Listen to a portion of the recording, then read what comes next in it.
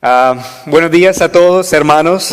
Que el Señor les bendiga. Espero que se encuentren muy bien y disfrutando en esta mañana de la bondad del Señor. Es una mañana hermosa, una mañana en la que las misericordias del Señor se han renovado. En las últimas semanas hemos comenzado el libro de Hebreos, cuyo mensaje principal es exponernos la supremacía de Cristo, su superioridad sobre los profetas, su superioridad sobre los ángeles, su superioridad sobre Moisés, sobre la ley, sobre el antiguo pacto, sobre el sistema de sacrificios, sobre toda cosa creada. El autor de Hebreos comienza el libro diciéndonos que Dios hoy nos habla a través de su Hijo Jesucristo. También nos dice que Él ha recibido un nombre más sublime que el de los ángeles. También nos habla de esa relación de familia, esa relación única de parentesco que Jesús tiene con el Padre. Y por ello es superior a los ángeles. Porque por eso la carta dice en el versículo 1:5, porque jamás dijo Dios a ninguno de sus ángeles, tú eres mi hijo, yo te he engendrado hoy. Ni tampoco yo seré su padre y él será mi hijo. La superioridad de Cristo está en todo el libro.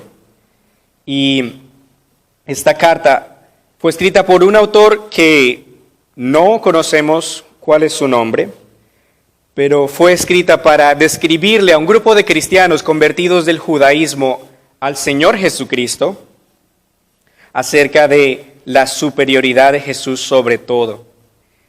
En este tiempo en el que fue escrita esta carta, cerca del año 70 después de Cristo, era un tiempo que había mucha persecución a la iglesia. Por el hecho de ser cristianos, muchos eran perseguidos, podían perder su vida y estaban pasando un tiempo muy difícil. Es probable que esta carta fue escrita también con el propósito de animar a aquellos primeros cristianos a no desanimarse en la fe, a no perder la fe en el Señor Jesucristo, sino a recordar que Él es supremo sobre todo y todos. Algunos tal vez se veían tentados a regresar a sus previas maneras de vivir, al apego a la ley, al antiguo pacto. Algunos tal vez se veían tentados a regresar al culto a los ángeles, pero por eso el autor de Hebreos les recuerda que Cristo es más grande que la ley, que Cristo es más grande que los ángeles. Y les recuerda también a mantener el ánimo y la mirada puesta en Jesús. Esta carta también nos habla de una forma muy relevante a nosotros, porque como el pastor Alejandro dijo al principio, todos tenemos muchas distracciones a nuestro alrededor. Tenemos muchas cosas que ocupan nuestra mente, tenemos muchas cosas que compiten por nuestros afectos, tenemos muchas cosas que pueden también competir por nuestras lealtades y nuestras alianzas. Y también nosotros necesitamos a diario recordar que Cristo es supremo. A diario necesitamos ser recordados que Jesús está por encima de el dinero, del trabajo, de las circunstancias y de toda cosa. A diario necesitamos recordar que Cristo es más valioso que todo y todos. Por eso hoy vamos a ver la supremacía de Cristo en su humanidad. La humanidad de Cristo es algo asombroso, es algo glorioso, impresionante. Ver que Dios mismo se hizo hombre y se encarnó en su Hijo Jesús. Y vamos a verlo desde Hebreos capítulo 2, versículos 5 al 18. Por favor, vayan allí a sus Biblias, a Hebreos 2, 5 al 18. Este pasaje nos va a enseñar acerca de la supremacía de Cristo en su humanidad y cómo Él es supremo y superior sobre los ángeles.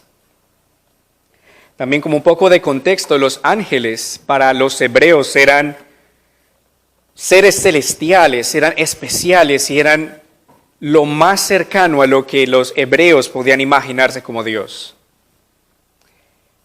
Pero el autor de nuevo les recuerda que Cristo es más grande que los ángeles.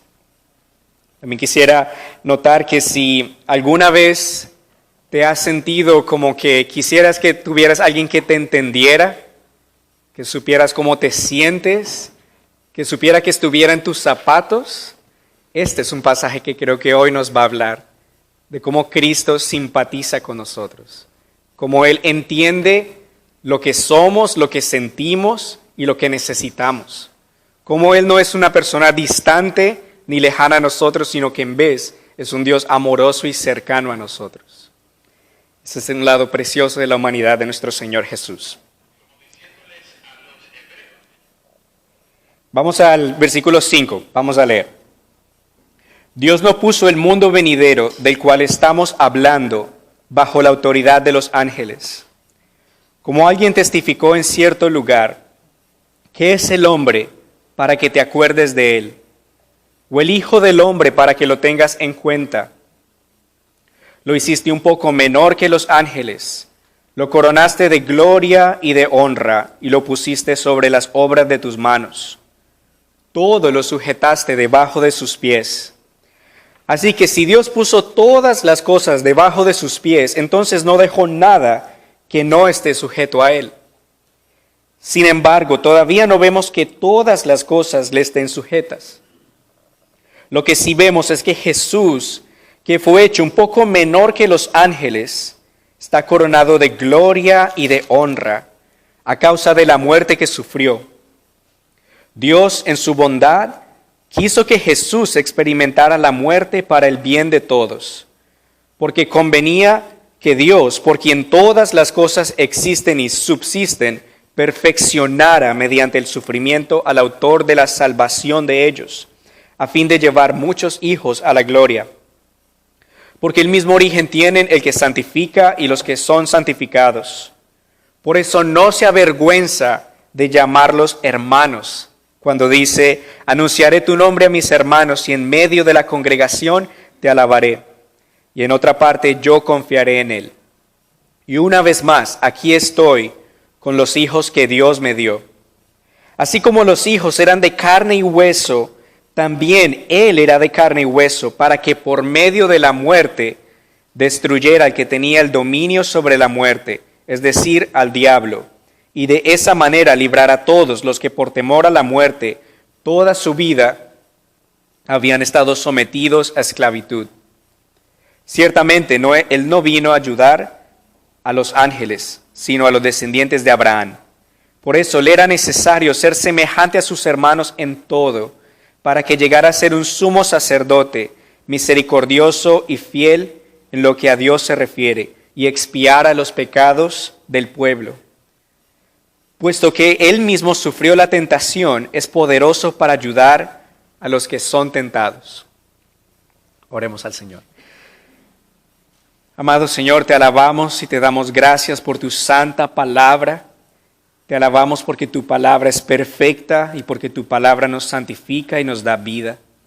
Te agradecemos, Señor, por este texto precioso que nos recuerda que Jesús, por un poco tiempo, se hizo un poco menor que los ángeles.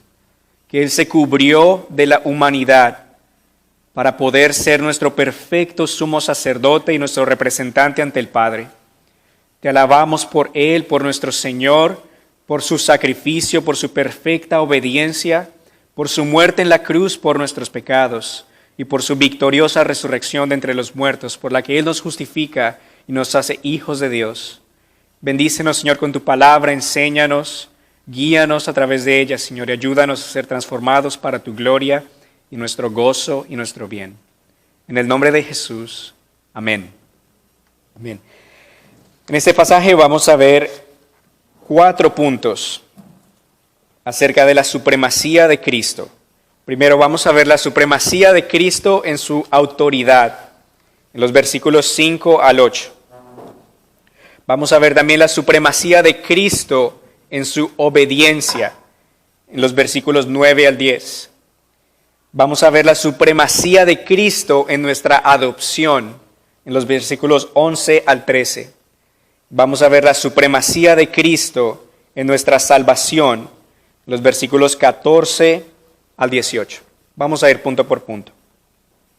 La supremacía de Cristo en su autoridad. El versículo 5 comienza diciéndonos que Dios no puso el mundo venidero o el mundo de estos días postreros o estos últimos días de los que habla el versículo 2, del cual estamos hablando, según el autor, bajo la autoridad de los ángeles. Dios no puso el mundo, la creación, todo lo que Él creó bajo la autoridad de los ángeles, sino que en su diseño original Dios puso el mundo y toda su creación bajo la autoridad del hombre, para que el hombre, como la pieza más preciada de su creación, la administrara y la dominara y la gobernara para su gloria. Dios quiso que el hombre se enseñoreara de la tierra, la trabajara y la usara para glorificar a Dios. Génesis 1, 27 y 28 dice: y Dios creó al hombre a su imagen, lo creó a imagen de Dios, hombre y mujer los creó. Y los bendijo Dios con estas palabras: reprodúzcanse, multiplíquense y llenen la tierra, domínenla, sean los señores de los peces del mar, de las aves de los cielos y de todos los seres que reptan sobre la tierra. El diseño de Dios era que nosotros administráramos todo para su gloria. Y el Salmo 8, un salmo de David, habla de cómo Dios es grande, es maravilloso, y cómo Dios es también bueno en que Él se acuerda del hombre, de su aparente insignificancia, pero de cómo el hombre es importante para Dios. Y de cómo Dios en su diseño original puso al hombre como Señor sobre toda la tierra. El autor de Hebreos comienza citando el Salmo 8, versículos 4 y 6, diciendo: ¿qué es el hombre para que te acuerdes de él? ¿O el hijo del hombre para que lo tengas en cuenta? Tal vez nosotros también pudiéramos asombrarnos y preguntarnos: ¿qué somos nosotros para que Dios se acuerde de nosotros y nos tenga en cuenta? Un Dios grande, poderoso, majestuoso, que con solo su palabra creó todo el universo, las estrellas, los rincones más remotos de la tierra y las cosas más pequeñas. ¿Quiénes somos nosotros para que Él se acuerde de nosotros y nos tome en cuenta? A pesar de que Dios es infinitamente poderoso y está sobre toda su creación, Él también está completamente interesado e involucrado en el bienestar de sus hijos. Él está completamente pendiente de aquellos a quienes Él ama. Dios es grande y glorioso y no es distante, sino que más bien es cercano y amoroso a cada uno de nosotros. Cuán grande es nuestro Dios, cuán grande es su nombre sobre toda la tierra. Regresando a los versículos 7 y 8, donde dice que Dios hizo al hombre, al Hijo del Hombre, un poco menor que los ángeles, y lo coronó de gloria y de honra, y lo puso sobre las obras de sus manos, y todo lo sujetó debajo de sus pies. Creo que si miramos a nuestro alrededor, en nuestro mundo, podemos darnos cuenta de que nosotros no hemos sido coronados de gloria y de honra, y que no hemos sujetado todas las cosas bajo nuestros pies. El pastor Alejandro nos hablaba hace un momento acerca de esos rumores y vientos de guerra que hay en el mundo, de cómo este mundo está a un saltito de un conflicto grandísimo como el que no se ha visto desde el tiempo de la Guerra Fría entre Ucrania y Rusia. También hemos visto una pandemia que ha cobrado la vida de muchas personas. Hay muchísimos problemas más en el mundo que pudiéramos ver en las noticias. Por eso podemos saber con certeza y sin duda que desde nuestro antepasado Adán, la consecuencia del pecado ha sido que en realidad no hemos sujetado la creación bajo nuestros pies. La humanidad ha fracasado en cumplir este diseño de Dios de sujetar todo bajo sus pies y de gobernar su creación como Dios lo planeó. Entonces, este salmo y este pasaje tiene que estar refiriéndose a alguien más.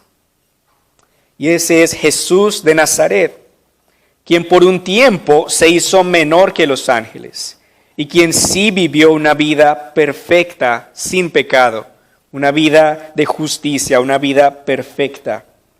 Y este Jesús fue quien después de su muerte y resurrección sometió todas las cosas por estrado de sus pies. Es este Jesús quien después de su muerte en la cruz y su resurrección fue coronado de gloria y de honra. Solamente Jesús en quien se puede cumplir este salmo. Solamente Jesús quien tiene autoridad sobre todo lo creado y una autoridad que Dios le ha dado a él y no a los ángeles. Ahora, alguien podría preguntarse, y yo estudiando este pasaje me preguntaba, ¿qué quiere decir que Jesús fue hecho un poco menor que los ángeles? ¿Qué quiere decir eso? Si Jesús ha sido siempre superior a los ángeles, si Jesús tiene más dignidad y valor y una relación de parentesco con el Padre, ¿cómo puede Él ser cómo fue que por un tiempo se hizo un poco menor que los ángeles?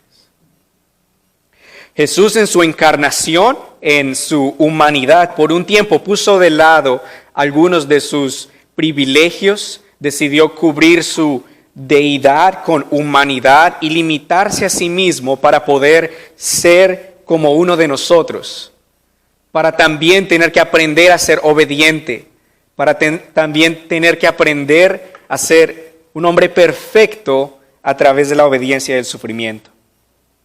Entonces la palabra nos enseña que Jesús, siendo Dios, se encarnó y se hizo hombre. Y a Él, a Jesús, Dios, hombre, el Señor le ha concedido autoridad sobre todas las cosas. Y ahora pareciera también que no vemos eso. Pareciera que el mundo está en caos y que no pudiéramos ver cómo todo está por debajo de los pies de Jesús, cómo Él tiene autoridad sobre todo. Pero lo creemos por la fe. Confiamos en lo que Dios ha dicho y creemos por la fe que Jesús ha sometido todas las cosas bajo sus pies. Filipenses 3, 20 y 21 nos dice, pero nuestra ciudadanía está en los cielos, de donde también esperamos al Salvador, al Señor Jesucristo. Él transformará el cuerpo de nuestra humillación para que sea semejante al cuerpo de su gloria, por el poder con el que puede también sujetar a sí mismo todas las cosas. Nada se escapa del control de Jesús.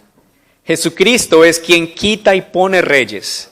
Jesucristo es quien tiene absoluto control de lo que está pasando en Europa en este momento y de la pandemia y de cualquier cosa creada. Nada se le escapa de sus manos. Ninguna circunstancia en nuestras vidas se le escapa de sus manos. Él está en control de todo y tiene el poder sobre todo. Él tiene el control sobre tu salud, sobre tu trabajo, sobre tu matrimonio, sobre tus alegrías, sobre tus luchas. Cristo tiene control y autoridad sobre toda la tierra y es una autoridad que Dios el Padre le dio solamente a Él y no a los ángeles.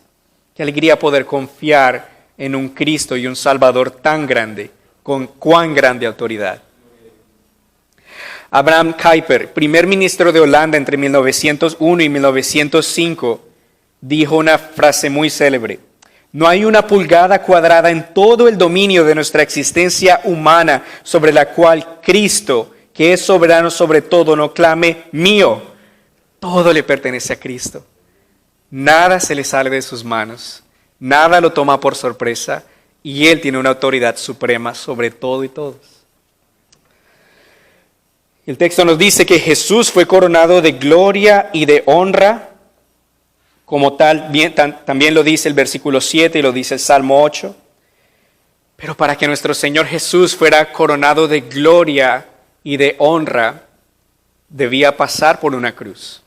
Debía pasar por un sufrimiento y una obediencia que el Padre requería de nosotros, pero que nosotros no hemos cumplido, pero que Él sí cumplió. Y ese es nuestro segundo punto, la supremacía de Cristo en su obediencia. Uno de los atributos de Dios es su inmutabilidad o su naturaleza constante que nunca cambia. Algo de lo que define a Dios como Dios es que Él no cambia. Por eso Hebreos 13:8 dice que Jesucristo es el mismo ayer, hoy y por los siglos. Entonces, también me he preguntado, ¿cómo podemos entender que Dios perfeccionó a su Hijo mediante el sufrimiento? Aquí dice en el versículo 10 que convenía que Dios, por quien todas las cosas existen y subsisten, perfeccionara mediante el sufrimiento al autor de la salvación de ellos, a fin de llevar muchos hijos a la gloria. ¿Cómo puede el que es perfecto ser perfeccionado? ¿Cómo puede el que no puede mejorar porque no hay mejoría en Dios mejorar? No. Dios no mejora, Dios no cambia. Y lo que este pasaje nos enseña es que en su encarnación Jesús aprendió la obediencia al Padre. En ningún momento hubo pecado o error en Jesús. Jesús siempre fue sin pecado, impecable, como un cordero puro y sin mancha. Más bien el pasaje nos enseña que convenía que Dios, por quien todas las cosas existen y subsisten, perfeccionara mediante el sufrimiento al autor de la salvación de ellos, a fin de llevar muchos hijos a la gloria. Nos enseña que Jesús creció en madurez y experiencia, siendo perfeccionado en su obediencia para ser el hombre perfecto y nuestro representante ante Dios. Jesús, cuando se encarnó, creció desde su niñez para ser obediente al Padre en todo, resistiendo cada tentación, cumpliendo cada mandamiento, siendo el hombre perfecto y obediente que nosotros no hemos sido. Lucas 2, 41 y 52 vemos ese relato de Jesús en su niñez, de cuando él estuvo en el templo y aprendía de los maestros de la ley. Y el versículo 52 nos dice que Jesús siguió creciendo en sabiduría y en estatura y en gracia para con Dios y con los hombres. Él creció y fue siendo perfeccionado en su obediencia. Aprendió obediencia al Padre a través de su sufrimiento. Jesús también fue un hombre como nosotros. Él comió, él bebió, él aprendió tal como nosotros en su humanidad. Pero a diferencia de nosotros, él aprendió una perfecta obediencia mediante el sufrimiento. Filipenses 2:8 nos dice que Jesús, estando en condición de hombre, se humilló a sí mismo y se hizo obediente hasta la muerte y muerte de cruz. Esto lo podemos ver muy claramente cuando Jesús en el jardín de Getsemaní, en Marcos 14:36, antes de ir a la cruz, decía: Abba Padre, para ti todo es posible. Para ti todo es posible. Aparta de mí esta copa, pero no sea lo que yo quiero, sino lo que quieres tú. Y por esa obediencia y por la bondad de Dios que quiso que su Hijo muriera por nosotros, por su obediencia hoy nosotros somos justificados. Y siendo justificados o declarados perdonados e inocentes, somos adoptados como hijos de Dios para ser glorificados junto con Cristo. Romanos 5, versículos 18 al 19 nos dice que así como por la transgresión de uno solo vino la condenación a todos los hombres, de la misma manera por la justicia de uno solo vino la justificación de vida a todos los hombres. Porque así como por la desobediencia de un solo hombre muchos fueron constituidos pecadores, así también por la obediencia de uno solo muchos serán constituidos justos. Nuestro Señor Jesús aprendió a ser obediente, aprendió a ser perfecto, fue perfeccionado aprendiendo la obediencia, y por su acto de obediencia, y una obediencia asombrosa, una obediencia impresionante, de que obedeció al Padre en todo, de que tal vez a pesar de ese sufrimiento tan grande y esa agonía de hasta derramar gotas de sangre, Él no miró para atrás, sino que su amor por el Padre y su amor por nosotros lo hizo mirar hacia la cruz, lo hizo seguir valientemente y morir en esa cruz por nosotros. Y por medio de esa obediencia y de esa perfección suya y por su obra de justicia, Él ahora experimentó la muerte por nosotros. Él experimentó la muerte para el bien de todos, a fin de llevar muchos hijos a la gloria. Entonces, gloria a Dios de que por la obediencia y las perfectas obras de Cristo nosotros hoy tenemos justificación por el Padre. Somos perdonados, somos amados y hemos sido hechos hijos de Dios.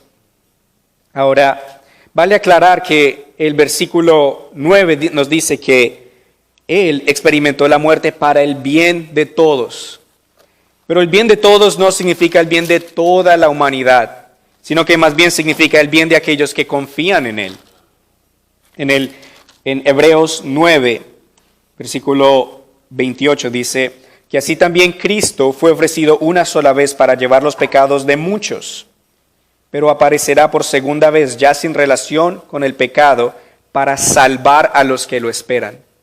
La salvación que Él da no es una salvación universal para todo el mundo, sino que es una salvación dada a aquellos que Él ha escogido para ser su pueblo. Entonces, hemos confiado en Cristo para que sea Él nuestro perfecto sustituto y representante ante el Padre. Hemos puesto nuestra fe en nuestro Señor Jesús como nuestro único y suficiente Salvador, quien siendo Dios se encarnó y se hizo como uno de nosotros, se hizo como un poco menor que los ángeles por un tiempo y murió en una cruz por nosotros, experimentó la muerte por nuestro bien, cuando éramos nosotros quienes merecíamos morir allí, fue Él quien murió por nosotros y resucitó. Él solo te pide hoy arrepentirte de tu pecado, amarlo a Él, confiar en Él, creer, confiar en que su sacrificio fue suficiente para perdonar todo tu pecado y limpiarte de toda maldad.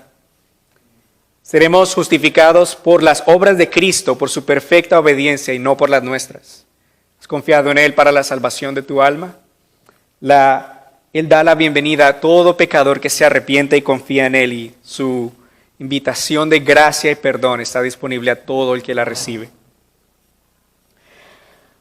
Ahora, algún día, en agradecimiento a nuestro Señor, podremos cantar en el cielo que digno es el Cordero inmolado de recibir el poder y las riquezas, la sabiduría y la fortaleza, la honra, la gloria y la alabanza.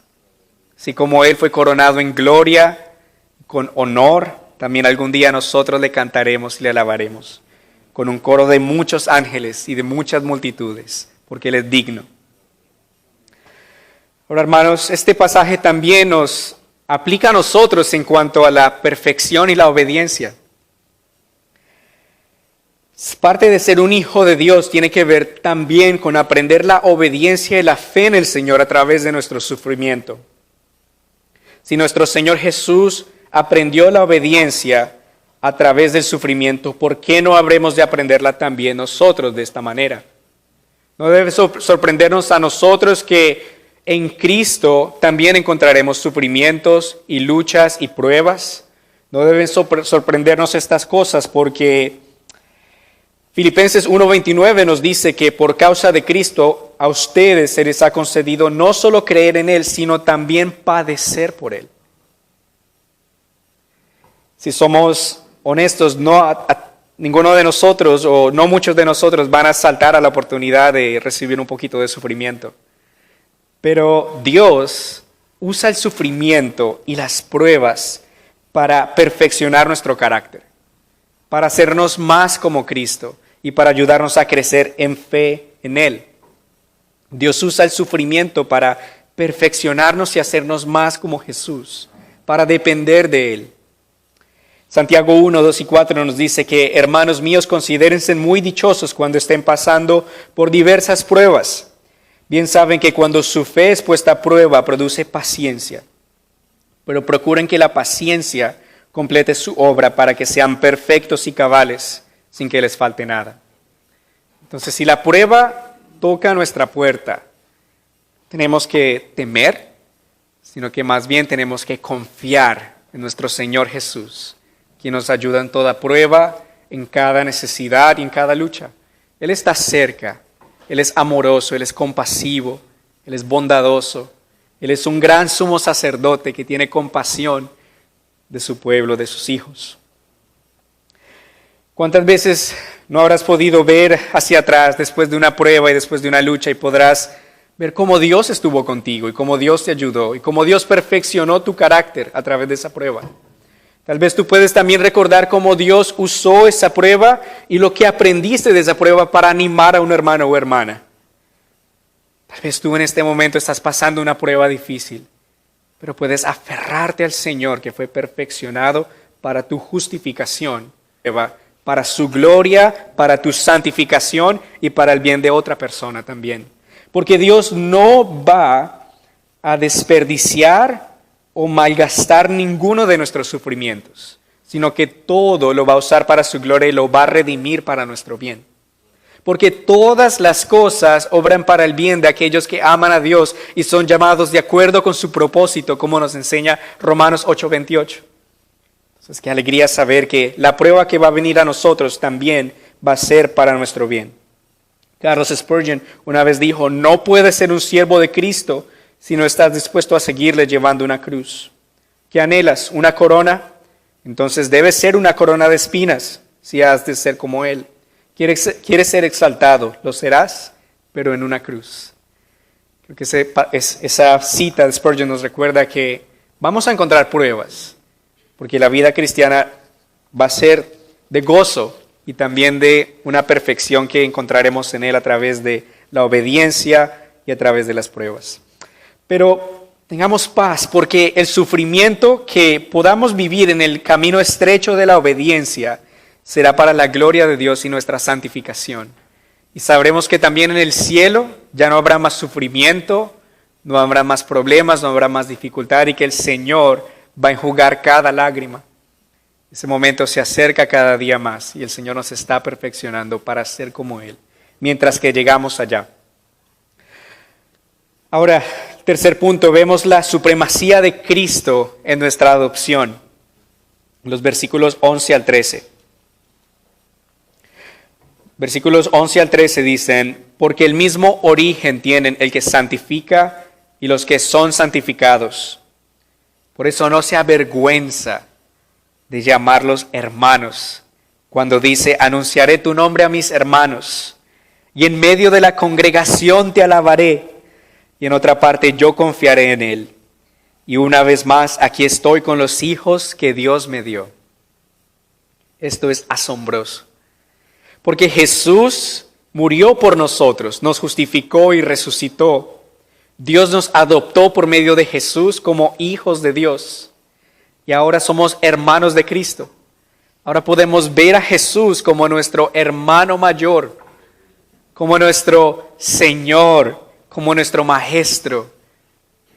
Cuán grande es nuestro Señor, que no se avergüenza de nosotros y no se avergüenza de interceder por nosotros y orar por nosotros ante el Padre. Anunciaré tu nombre a mis hermanos y en medio de la congregación te alabaré. En Juan 20, versículo 17, aparece ese relato en la resurrección del Señor Jesús, en que después de que María lo ve, se alegra de ver al Señor resucitado y va a abrazarle.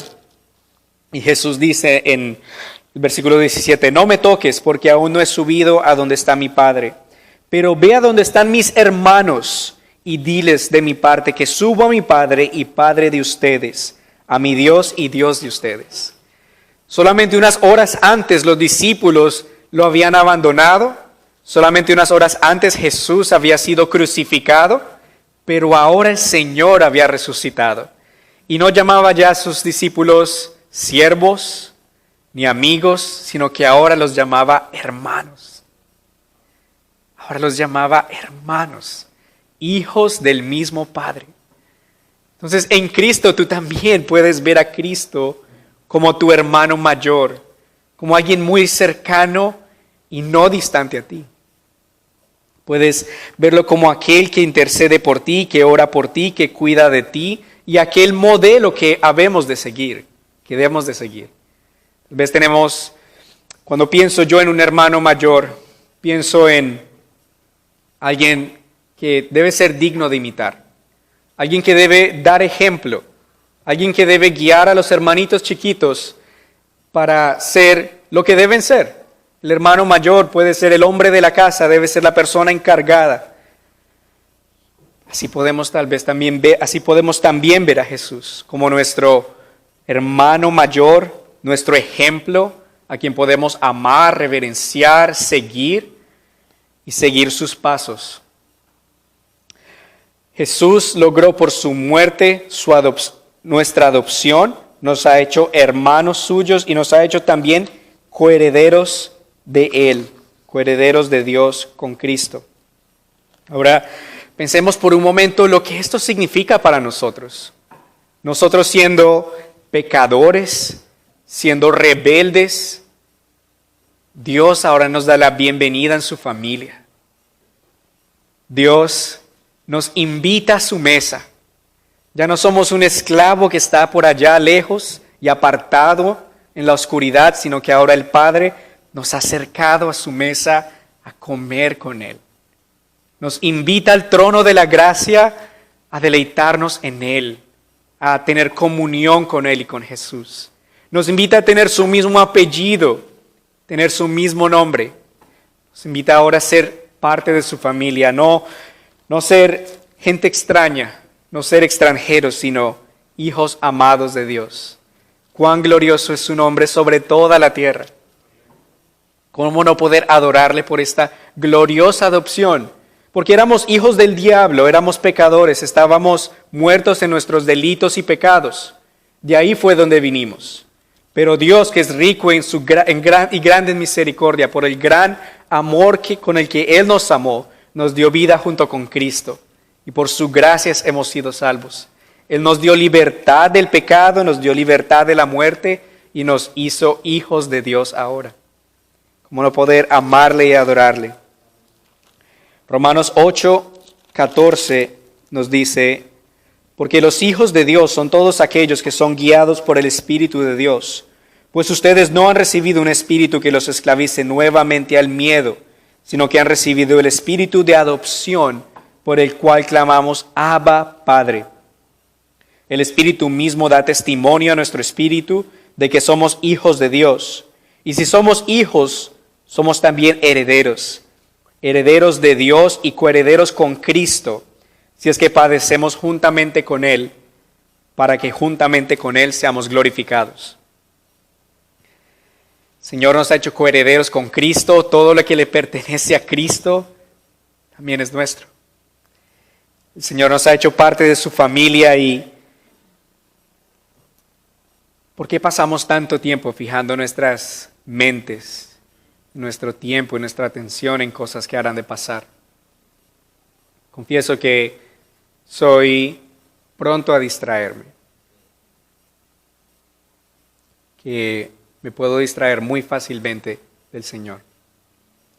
Pero le pido al Señor su ayuda y su gracia, que me ayude a mantener la mirada fija en Jesús, el autor y consumador de nuestra fe, porque Él es superior a todo, porque Él es más grande que cualquier cosa que el mundo o esta vida pueda ofrecernos, porque su amor, su hermandad, su adopción son bendiciones espirituales que nada en este mundo puede ofrecernos. Y oro que todos nosotros también mantengamos la mirada fija en Jesús, nuestro hermano mayor a quien hemos de imitar. Ahora, el hecho de que Jesús es nuestro hermano debe animarnos a acercarnos a Él. Debe animarnos a recordar que somos parte de su familia y acercarnos cada día más.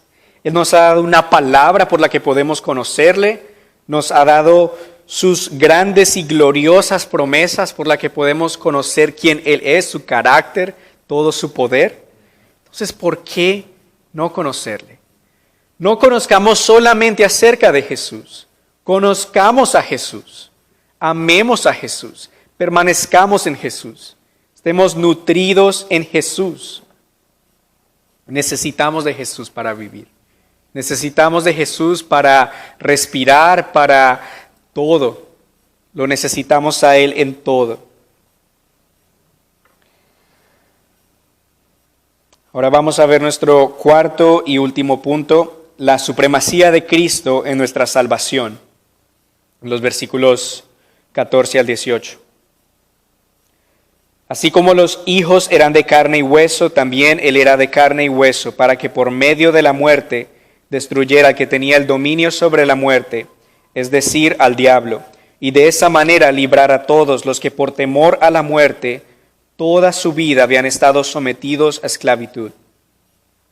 Ciertamente Él no vino para ayudar a los ángeles, sino a los descendientes de Abraham. Por eso le era necesario ser semejante a sus hermanos en todo, para que llegara a ser un sumo sacerdote misericordioso y fiel en lo que a Dios se refiere y expiara los pecados del pueblo. Puesto que Él mismo sufrió la tentación, es poderoso para ayudar a los que son tentados. ¿Alguna vez te has preguntado por qué era necesario que Jesús se encarnara? ¿Por qué era necesario que Jesús descendiera al mundo como un hombre? ¿Por qué no vino al mundo como un ángel o como otra criatura? Era necesario que Él se encarnara para que Él fuera nuestro sustituto y representante en la cruz. Era necesario que Él fuera de carne y de hueso. Porque ciertamente, como dice el versículo 16, Él no vino para ayudar a los ángeles, sino a los descendientes de Abraham. Jesús no vino a morir por los ángeles, Jesús vino a morir por los hombres. Por eso Él vino como un hombre para ser nuestro perfecto sustituto, nuestro perfecto sumo sacerdote ante Dios. Por eso Él tenía que ser de carne y de hueso para que Él pudiera ser como nosotros y pudiera también, como hemos visto, aprender la obediencia a través del sufrimiento. Primera de Juan 1, versículos 1 al 2 nos dice que lo que era desde el principio, lo que hemos oído, lo que hemos visto con nuestros ojos, lo que hemos contemplado y palparon nuestras manos, referente al verbo de vida, la vida se ha manifestado y que nosotros hemos visto y de la que damos testimonio, es la que nosotros les anunciamos a ustedes, la vida eterna, la cual estaba con el Padre y se nos ha manifestado. Era importante que Jesús fuera de carne y hueso. Era importante que Él sintiera, que Él fuera como nosotros para poder representarnos ante Dios. En el tiempo de Juan, el apóstol, ya habían algunos que negaban la humanidad de Cristo.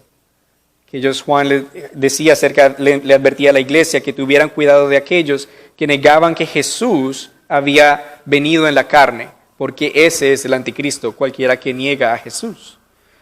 Y la humanidad de Cristo es necesaria porque Él tenía que morir. Aquí dice el texto que era necesario que Él fuera de carne y hueso para que por medio de la muerte destruyera al que tenía el dominio sobre la muerte, es decir, al diablo. Jesús, en su humanidad y en su perfección, dio su vida en la cruz para dar la muerte, traer la muerte de la muerte en la muerte de Jesús. En Cristo, en su muerte, la muerte fue destruida. Así como Dios lo había prometido en el jardín del Edén, de que Él enviaría a uno que aplastaría la cabeza de la serpiente y revertiría la maldición del pecado, Jesús destruyó a la muerte, destruyó a Satanás y quitó su dominio sobre nosotros. Y por eso por eso dice que de esa manera librará a todos los que por temor a la muerte toda su vida habían estado sometidos a esclavitud. ¿Por qué el hombre teme a la muerte? ¿Por qué el hombre se preocupa por morir? ¿Y por qué la muerte puede ser algo indeseable en lo que no muchos les gusta pensar? Hebreos 9, 27 nos dice que está establecido que el hombre muera una vez y después venga el juicio. Y Eclesiastés 3:11 nos dice que el hombre, que Dios ha puesto en nuestro corazón la noción de la eternidad. Porque todos sabemos que después de la muerte tenemos que comparecer ante un Dios. Tenemos que rendir cuentas por todo lo que hemos dicho y por todo lo que hemos hecho. Y no hay excepción. Todos los hombres tendrán que algún día comparecer ante Dios. Pero en Cristo podemos tener paz y gozo de que no tenemos que temer a la muerte. Porque la muerte solamente es un vehículo que nos llevará a poder ver a nuestro Señor Jesucristo y Salvador. A poder estar en su presencia, a poder adorarle y amarle. Y podemos decir con confianza en Cristo que para nosotros el vivir es Cristo y el morir es ganancia. como dice Pablo en Filipenses 1:21, porque Él nos llevará a su gloria, nos llevará a poder estar con Él en el paraíso, para poder disfrutarlo a Él y amarlo a Él, porque el cielo es cielo y paraíso es paraíso, solamente porque Jesucristo está allá. Él nos ha librado de la esclavitud, de la muerte y del pecado. Colosenses 2:13 al 15 dice: antes ustedes estaban muertos en sus pecados, aún no se habían despojado de su naturaleza pecaminosa, pero ahora Dios les ha dado vida juntamente con Él y les ha perdonado todos sus pecados. Ha anulado el acta de los decretos que había contra nosotros y que nos era adversa, la quitó de en medio y la clavó en la cruz. Desarmó además a los poderes y las potestades y los exhibió públicamente al triunfar sobre ellos en la cruz. Cristo triunfó sobre Satanás, Cristo triunfó sobre el mundo, sobre el pecado, sobre la carne y sobre toda cosa que se oponga a Él. Él es vencedor y Él nos ha dado libertad en Él. Nos ha liberado, nos ha hecho libres. Si el Hijo te hace libre, verdaderamente eres libre. ¿Y eres tú hoy libre? ¿Conoces a Cristo como tu Señor? ¿Te has sometido a su señorío, a su supremacía? Él es grande, Él es digno y Él perdona todos los pecados de aquellos que confían en Él. Porque Él no vino para ayudar a los ángeles, sino a los descendientes de Abraham. Él está preocupado, Él está interesado en nosotros. Él nos ama y tiene un interés especial y grande por nosotros. Qué glorioso que podemos, como decía, no temer a la muerte, sino con Pablo poder decir, como dice en 1 Corintios 15, 55 al 57, ¿dónde está, oh muerte, tu aguijón? ¿Dónde, oh sepulcro, tu victoria? Porque el pecado es el aguijón de la muerte y la ley es la que le da poder al pecado. Pero gracias sean dadas a Dios que nos da la victoria por medio de nuestro Señor Jesucristo. Tenemos victoria sobre la muerte en Jesús. Por eso el Señor Jesús se encarnó por nosotros, para poder ser nuestro sustituto, para poder ser aquel que tenía que morir por nosotros. Éramos nosotros quienes merecíamos morir en la cruz, pero fue Él quien tomó nuestros pecados y los absorbió en su cuerpo como la propiciación por nuestros pecados. Y fue Él quien nos dio su perfecta justicia a nosotros, como si sus obras perfectas fueran nuestras obras. Gloria a nuestro Señor por ese glorioso intercambio en que al que no conoció pecado, Dios lo hizo pecado para que en Él seamos justicia de Dios. Si alguna vez tú te has sentido como que nadie te entiende o como que quisieras que alguien pudiera sentir lo que tú sientes, si alguna vez te sientes desesperado o que no entiendes dónde encontrar auxilio, puedes encontrarlo en Jesús. Jesús nos dice aquí en el versículo 17 que por eso le era necesario ser a sus hermanos semejantes en todo, para que llegara a ser un sumo sacerdote misericordioso y fiel en lo que a Dios se refiere y expiara los pecados del pueblo. Él entiende lo que sentimos. Él entiende nuestras necesidades. Él vivió todo lo que hemos vivido. De alguna manera Él entiende cada experiencia. Él entiende la tristeza, Él entiende la alegría, Él entiende todo. Por eso siempre podemos ir a Él, al trono de la gracia, porque Él es nuestro gran sumo sacerdote que se simpatiza de nosotros. Él es misericordioso, Él es compasivo, Él es tierno, Él es amable, Él es amoroso.